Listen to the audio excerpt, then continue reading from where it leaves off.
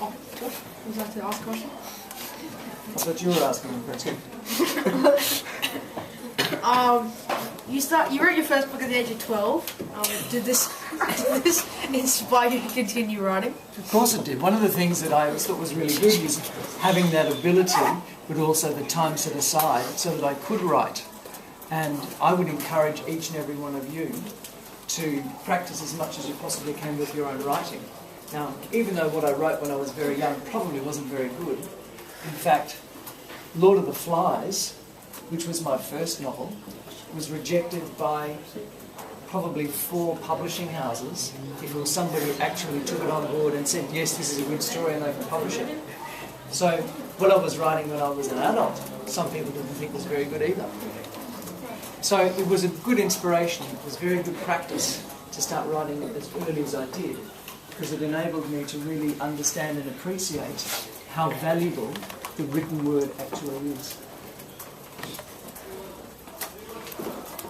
Any questions? Yes.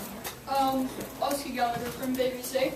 How did you feel? A very fine institution. How did it feel to be rejected by so many publishers, and how did you get through that pain? That's a good question. It's pretty depressing actually, because you think what you've written is excellent. It's probably a little bit like most schoolboys when they write an assignment, they hand it in and they think it's really good and they get a D. It's pretty deflating. The most important thing is to think that what you've done still has value, but to take on the criticism, both negative and positive, that editors or school teachers might provide for you. Listen to their advice and don't be stubborn or arrogant and think, like Jack, that everything you do is going to be right. Because it won't always be right, and other people do know a little bit more than you might. So yes, it was really hard with all those rejections, but I think it made me a stronger writer and probably a better writer.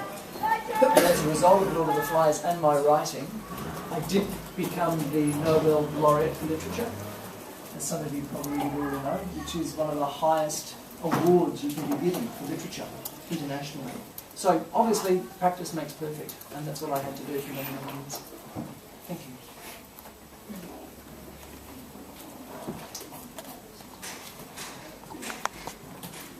Yes.